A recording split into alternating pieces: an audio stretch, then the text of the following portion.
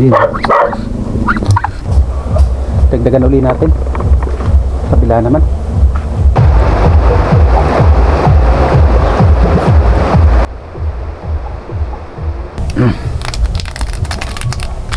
Pin muna tayo.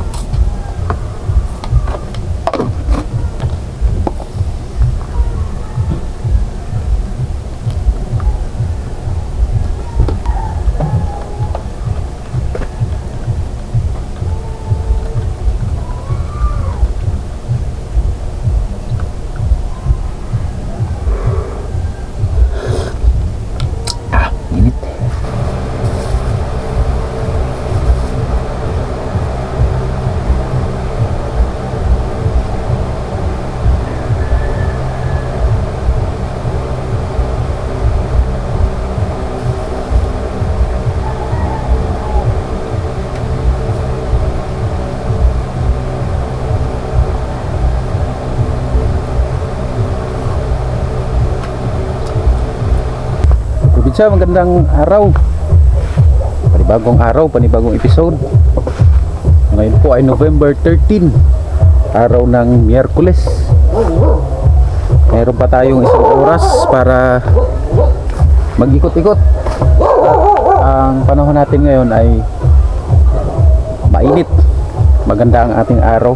Kung kayo po ay taga Quezon Province, Region 4A, at kayo po ay nasa Manila, yan po ang estado ng panahon dito sa Quezon, probinsya ng Quezon.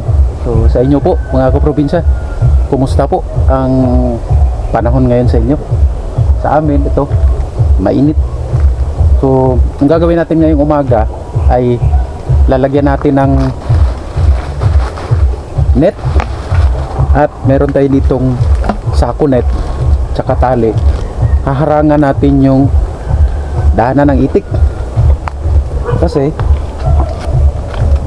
pagka nagpapakain tayo, yung ating pakain ay halos sip-sip lang ng mga itik, no?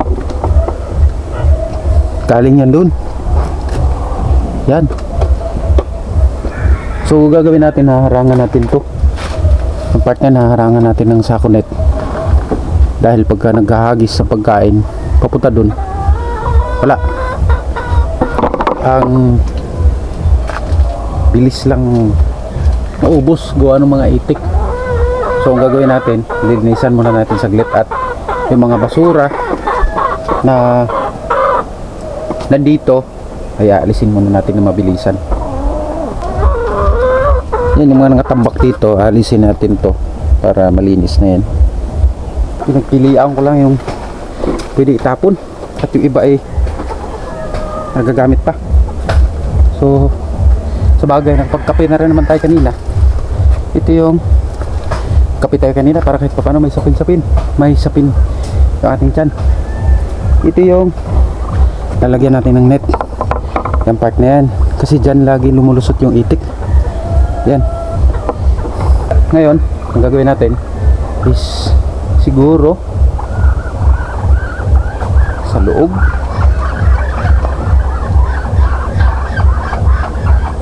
Papawis ulit sa umaga. Sa loob kaya lalagyan o sa labas?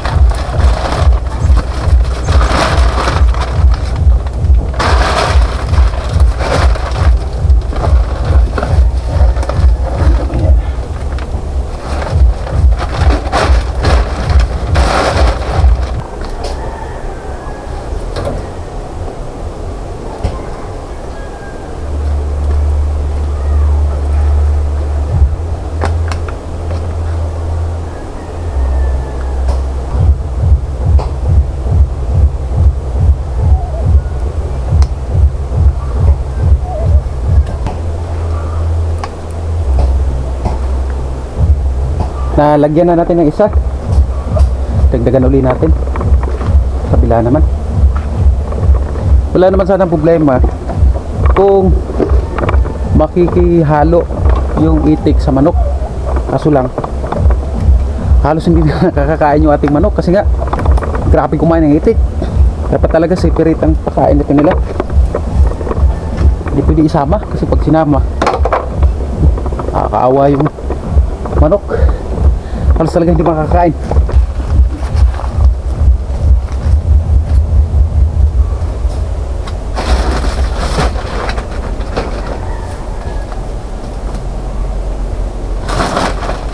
Bukas pala dito. May bukas pala dito.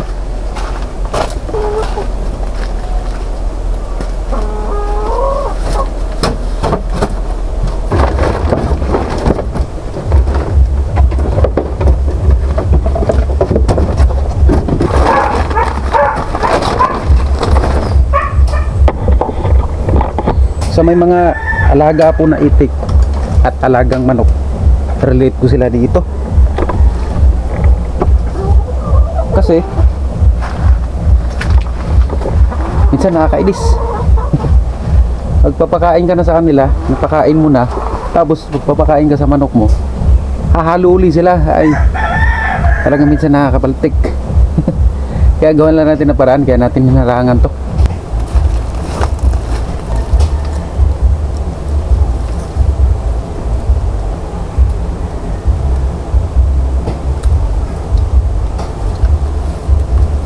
Grabing papawis to. Ligo na sa pawis.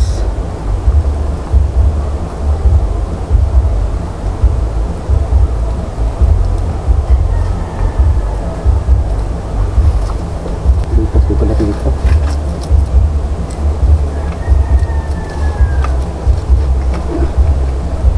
Yan. Ito. Nakatanggal natin yan. Babasok pa.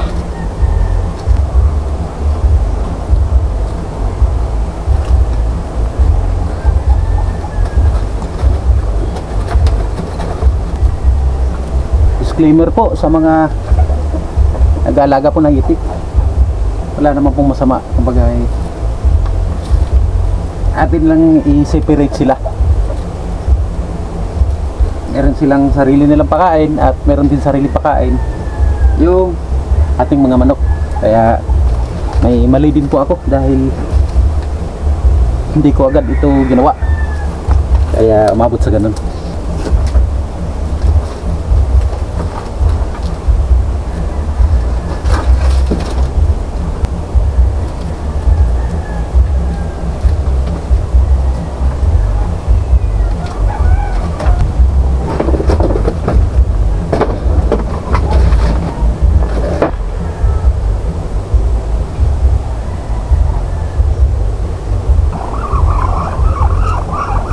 So yun, tapos na tayo.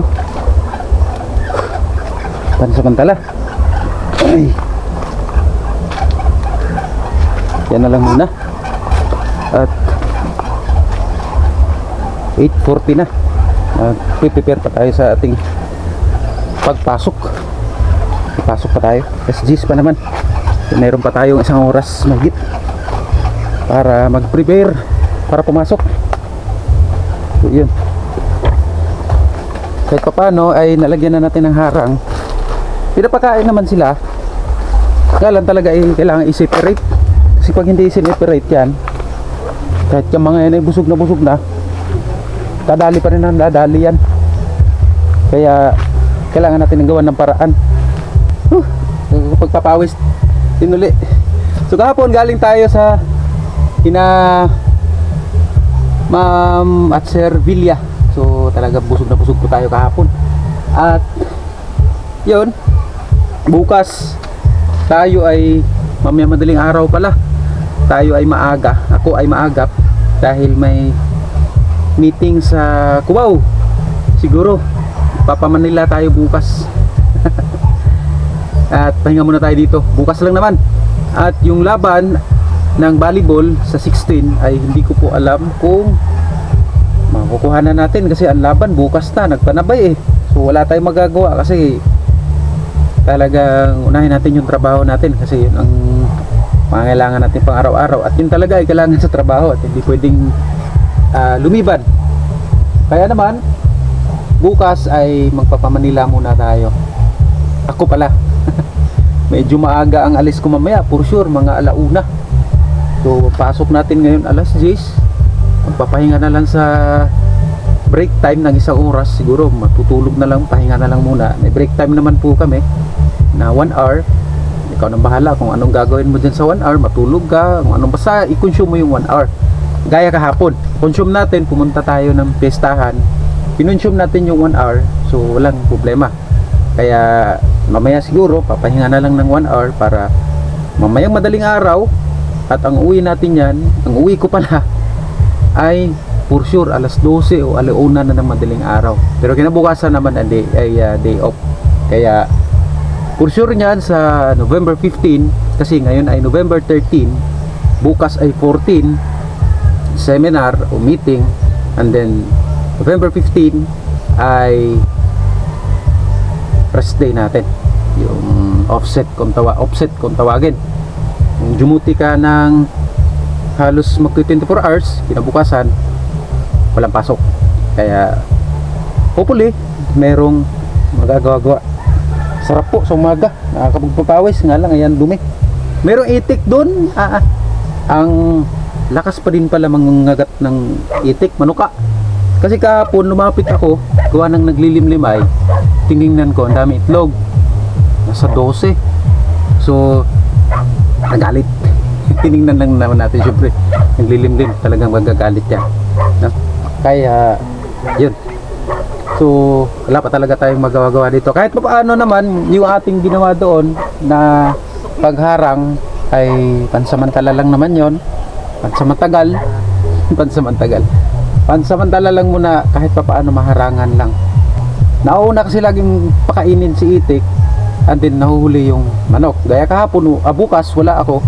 Pag pinakain nila yung manok ng aking asawa, anak, for sure hahalo dun yung itik. Kaya kawawa naman yung manok, iisa na nga lang, ay hindi pa papakain na maayos, no? Medyo mahirap kasi ang daan, kasi ang daan ko ay iikot pa ako dyan, pababa ako dyan, tapos iikot pababa, pag ganun aakyat. So wala tayong daan na malapit dun. Before merong daan yan, pero hindi ko pa kasi talaga naayos. Talagang sa totoo lang, wala pa talagang oras na medyo mahaba-haba, no? At meron mang rest day, ay syempre hindi naman lahat nagagawa. Meron lang tayong inuuna na gawain. Kaya naman eto, tapos na tayo sa ating gawain at alas 8:46 na, 8:46 na, 8:47 na nga rather, ay kailangan ko nang mag-prepare. Siguro magpapahinga lang muna ng konti at maliligo. Yung uniform ko naman ay okay na, naka-ready na. At muli po, ako po ay patuloy po na nagpapasalamat dun po sa napadaan po ng aking channel na ito na Paul Abalye. Maraming salamat po sa pagdaan po ng aking channel, at nawa po ay huwag niyo pong kalimutang mag-subscribe nang sa gayon ay updated kayo sa lahat ng ating mga episodes na ipinapalabas. So kaya naman po, maraming salamat sa inyo sa patuloy niyo po na panonood ng aking mga ipinapalabas na Buhay Probinsya. Ito po ang isa sa buhay sa probinsya na ginagawa dito araw-araw. Kung ano po ang naisipan natin dito na pwedeng gawin natin araw-araw. Pala shoutout po kay Sir Robert Suson, Sir Robert Purado, syempre palagi pong nanonood yan. Shoutout po sa inyo.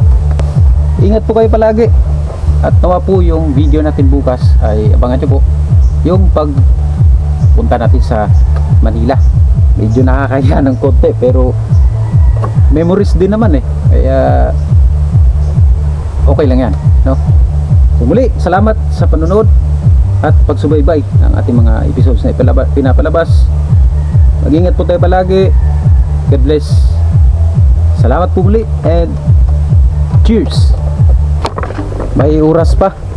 Pupunta ako saglit ng ilog, hugasan ko yung Ay paa. Ang dumi ng sinilas ko. May isda. Oh. Isda.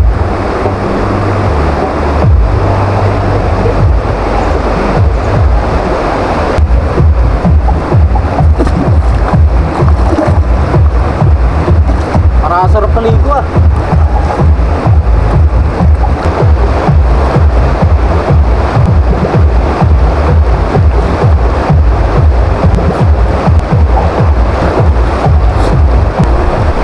Sarap maligo, lamig. Hindi na tayo. Sarap pagbabad. Ang lamig ng tubig. Ang linaw pati ng tubig at ang lamig. Babanlaw na rin sa bahay. Sarap eh. Ramdam mo yung lamig ba? Isang araw ulit. So, till next time. May episode ulit. Napasingit lang ng konti. Thank you.